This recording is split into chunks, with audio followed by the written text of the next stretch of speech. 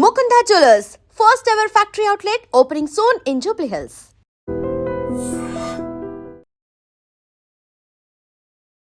నమస్కారం, welcome to I dream. నేను మీ సంగీత. ఒక వధువు వరుడు చెప్పిన ఒక్క మాటతో విడాకులు తీసుకోవాలని నిర్ణయం తీసుకుంది. అసలు ఏం జరిగింది, ఈ సంఘటన ఎక్కడ చోటు చేసుకుంది, ఆ వరుడు ఆ వధువుకు చెప్పిన మాట ఏంటి అనేది మనం ఒక్కసారి తెలుసుకుంటే, ఇది ఉత్తరప్రదేశ్లోని గోరఖ్పూర్లో జరిగిన సంఘటన.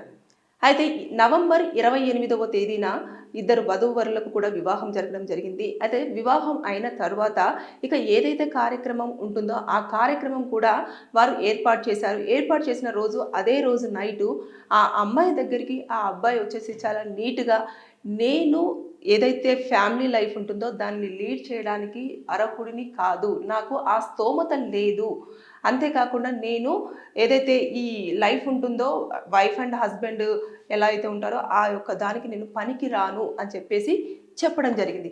దీంతో ఇక ఆవిడ చేసేది ఏమీ లేకుండా ఇమీడియట్గా వాళ్ళ ఫాదర్కి ఫోన్ చేసి ఇలా జరిగింది, ఈ విషయాన్ని నాకు చెప్పడం జరిగింది అనడంతో వాళ్ళ ఫాదర్ కూడా, అమ్మాయి వాళ్ళ ఫాదరు డిసెంబర్ 1వ తేదీన ఏదైతే వరుడు వాళ్ళ ఇంటికి వచ్చేసి ఇమీడియట్గా నా కూతురు విడాకులు కోరుకుంటుంది మీ దగ్గర నుంచి, నీతోటి ఇక జీవితంని అతను కొనసాగించలేను అని చెప్పేసి వాపోతుంది, కాబట్టి నాకు విడాకులు ఇవ్వాల్సింది మా కూతురికి అని చెప్పేసి అతను కోరుకోవడం జరిగింది.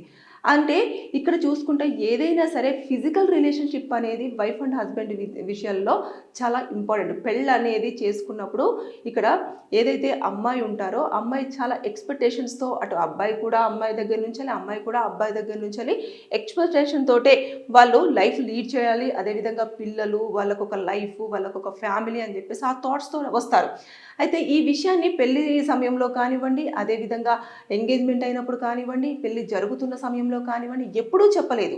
ఫస్ట్ నైట్ ఎప్పుడైతే ఉంటుందో ఆ రోజు మాత్రం నేను ఫిజికల్ రిలేషన్షిప్కి పనికిరాను, నేను పిల్లల్ని కనలేను అని చెప్పేసి అతను చెప్పడంతో ఇమీడియట్గా ఏం చేయాలో ఆ అమ్మాయికి పాలు పోక వాళ్ళ ఫాదర్కి ఇన్ఫర్మేషన్ ఇవ్వడం జరిగింది. చాలా మంచి పని. కానీ ఇక్కడ వాళ్ళ ఫాదర్ కూడా వచ్చేసి ఇమీడియట్గా నాకు విడాకులు ఇవ్వండి నా కూతురికి అని చెప్పేసి అడగాల్సినంత అవసరం లేదు. దీన్ని ఇంపార్టెంట్ అంటారు లీగల్ టర్మ్స్లో.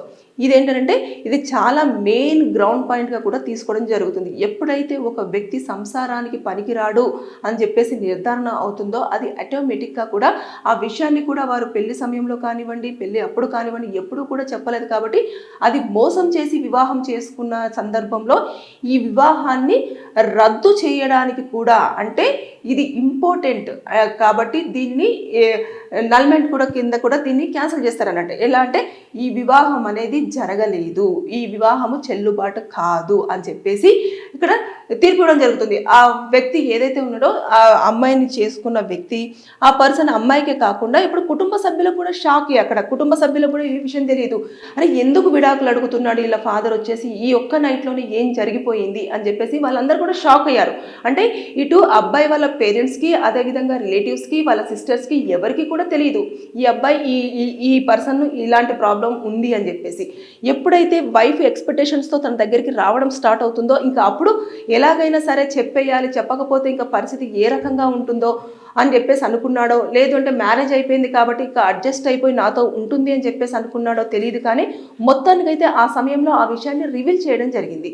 రివీల్ చేయడంతో ఇలా విడాకుల కోసం వెళ్ళడం జరిగింది. అంటే ఆ రోజు ఆ వరుడు ఆ వధువుతో ఆ ఒక్క మాట చెప్పడంతో విడాకుల వరకు దారి తీయడం జరిగింది.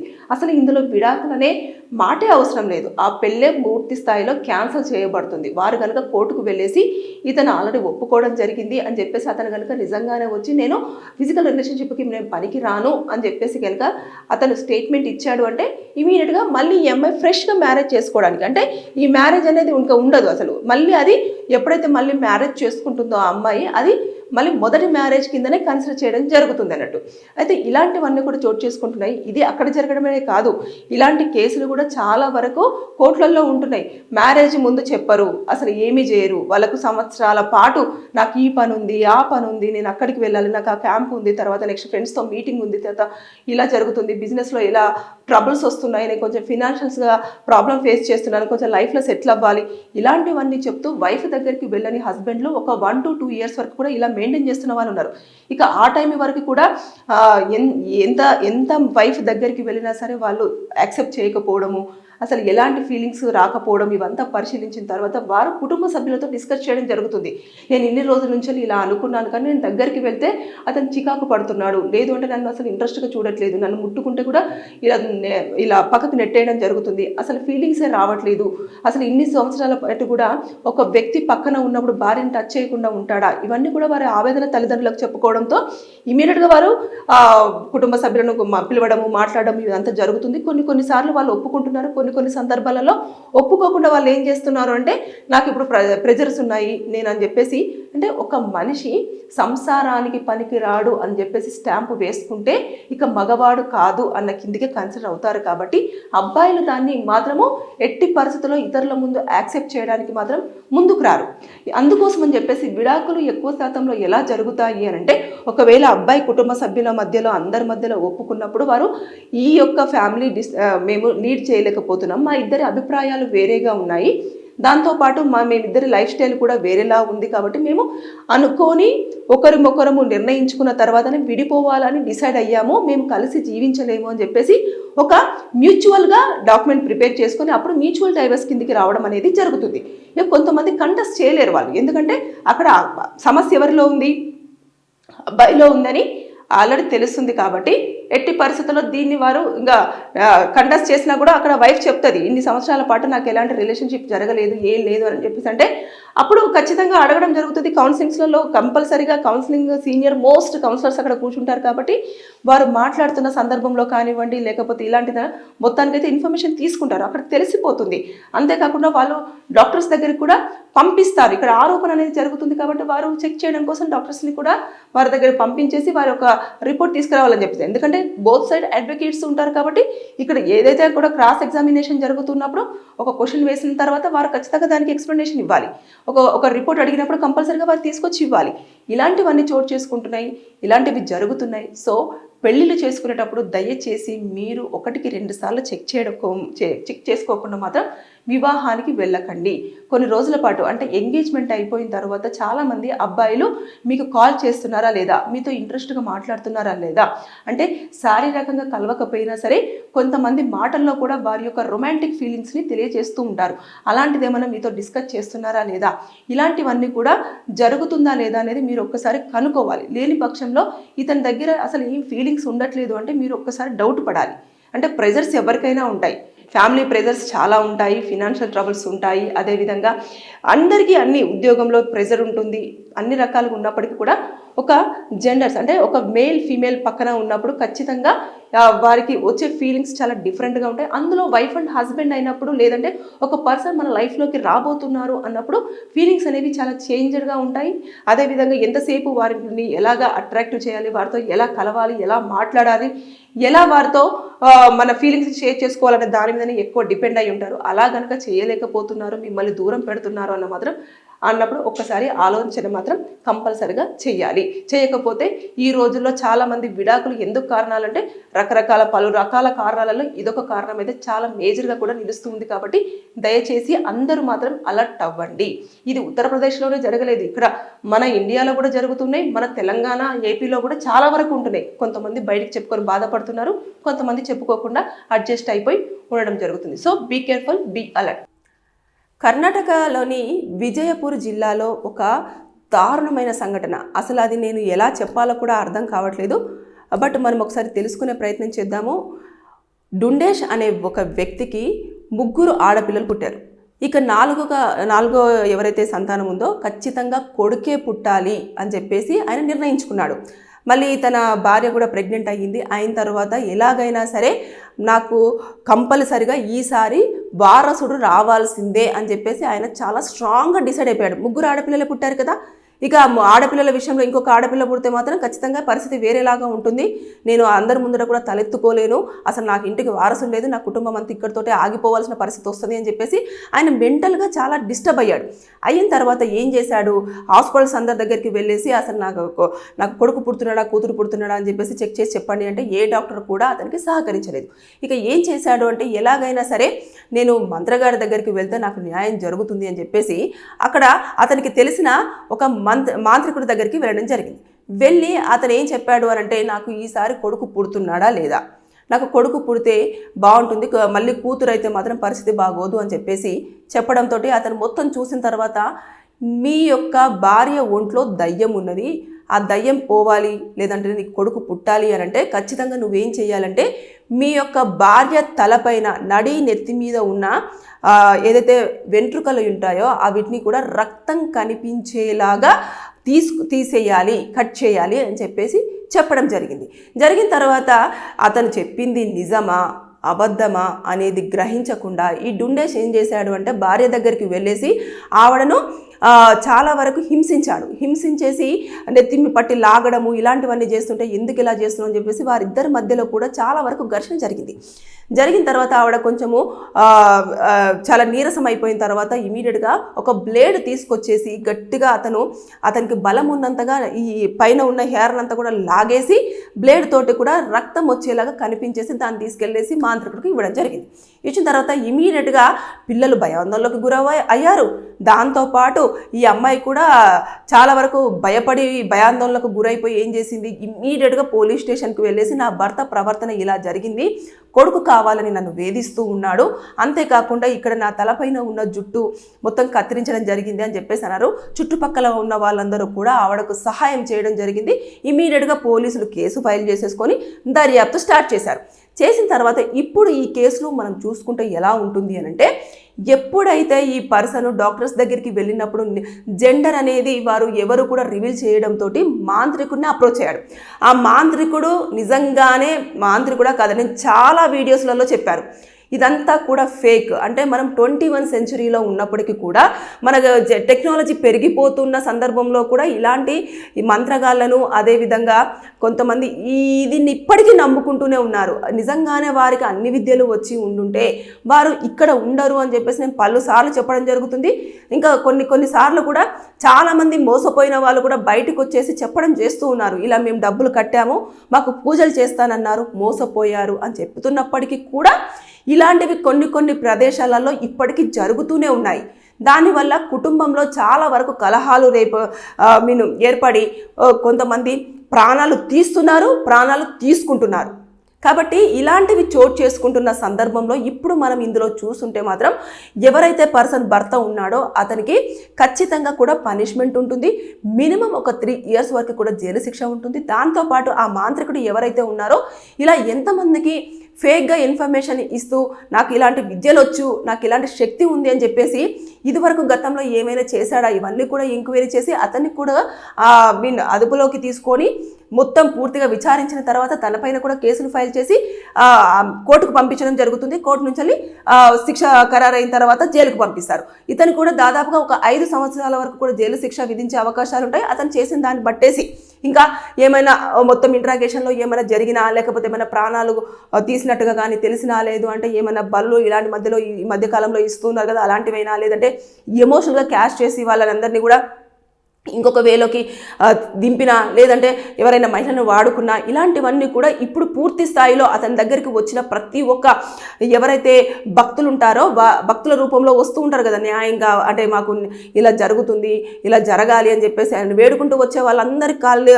ఇప్పుడు మొత్తం తీసిన తర్వాత మీరు ఏ పూజ కోసం రావడం జరిగింది, ఆయన ఎన్ని డబ్బులు తీసుకున్నాడు, లేదంటే ఏమని చెప్పినప్పుడు మీకు ఏమి జరిగింది, ఇవన్నీ కూడా ఎవరైతే అతన్ని వెళ్ళి కలిశారో ఆ మాంత్రికుడిని అందరినీ కూడా ఎంక్వైరీ చేస్తారు. ఈ కేసులో చాలా వరకు స్టేట్మెంట్స్ కలెక్ట్ చేస్తారన్నట్టు. చేసిన తర్వాత అప్పుడు నిజంగానే ఎలాంటి పరిస్థితులు చోటు చేసుకున్నాయి, ఏం జరిగింది అనేది పూర్తి స్థాయిలో వచ్చిన తర్వాత వారికి శిక్ష అనేది ఖరారు చేయడం జరుగుతుంది. మనం పైన ఇప్పుడు జరిగిన దాన్ని బేస్ చేసుకొని చెప్పింది మాత్రం అతనికి ఒక 3 సంవత్సరాలు, ఇతనికి ఒక 5 సంవత్సరాల వరకు జైలు శిక్ష విధిస్తారు. కానీ మొత్తం ఒకవేళ ఇంట్రాగేషన్లో పూర్తి స్థాయిలో అంటే షార్ట్ షీట్ ఫైల్ చేసేదానికంటే ముందు ఇంట్రాగేషన్ అంతా జరుగుతుంది కదా, దాని టైంలో కనుక ఈ యొక్క భక్తుల దగ్గర నుంచి ఎవరైతే వచ్చారో వారందరూ ఈయన దగ్గర నుంచి ఏమేమి తీసుకున్నారో, లేకపోతే ఏం సూచించడం జరిగింది, ఏమైనా డబ్బులు తీసుకున్నారు, ఇవన్నీ ఎంక్వైరీ చేసేస్తే అతను ఎవరికైనా ప్రమాదం వాటిలలాగా చేయడం కానివ్వండి, లేదు అంటే నష్టం చేయడం కానివ్వండి, లేదంటే ప్రాణాలు హరించడం కానివ్వండి, లేదు అంటే అమ్మాయిల విషయంలో అబ్యూజ్గా బిహేవ్ చేయడం కానివ్వండి, ఇలాంటివి ఏమైనా కనుక ఇంట్రాగేషన్లో తెలిసి ఆ మాంత్రికుడి మీద ఇంకా ఎక్కువ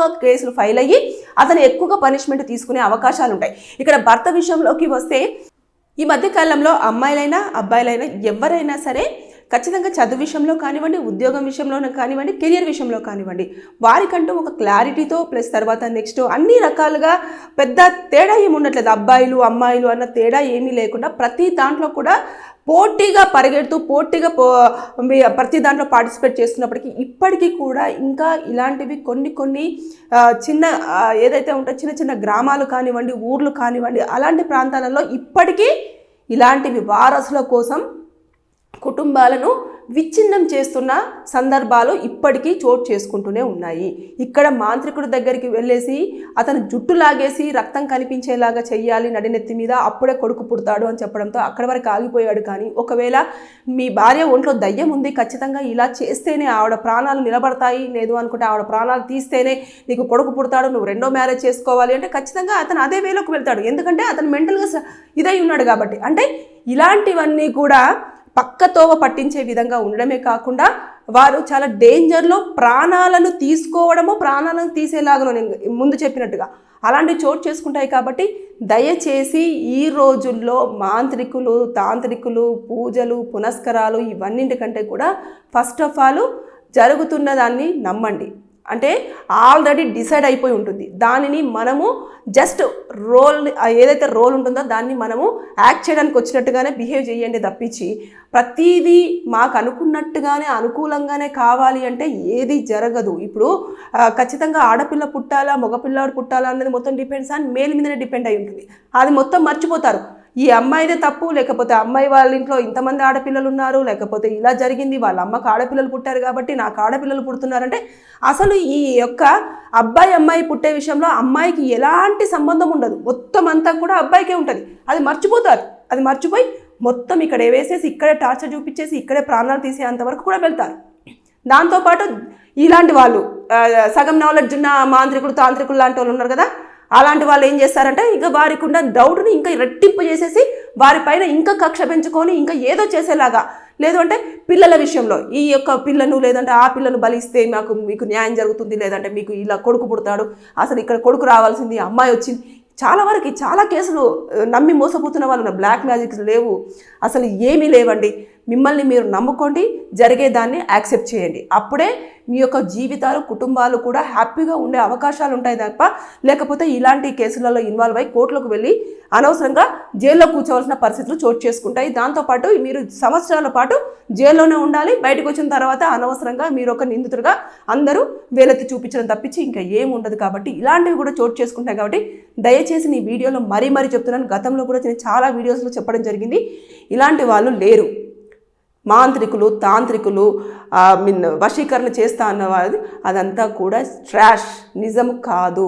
దయచేసి ఎవరు నమ్మి డబ్బుల పరంగా కానివ్వండి, శారీరకంగా కానివ్వండి, మానసికంగా కానివ్వండి నష్టపోకుండా ఉండే అవకాశాలు చోటు చేసుకునేలాగా చూసుకోండి. అంతేకాని మీరు అయ్యో చేస్తున్నారు అని చెప్పేసి యాడ్స్ అంటే ప్రకటనలు వస్తూ ఉంటాయి, ఇలా గురువు గారు ఇలా చేశారు, ఇలా మాకు జరిగింది, ఇలా మాకు ఒకటి మంచి జరిగింది కాబట్టి మీకు కూడా జరుగుతుందని పంపిస్తే అది ఎంతవరకు కరెక్ట్, ఎంతవరకు రాగు, వాళ్ళకి ఏం జరిగిందో ఏమైందో మనకు సంబంధం లేదు కదా.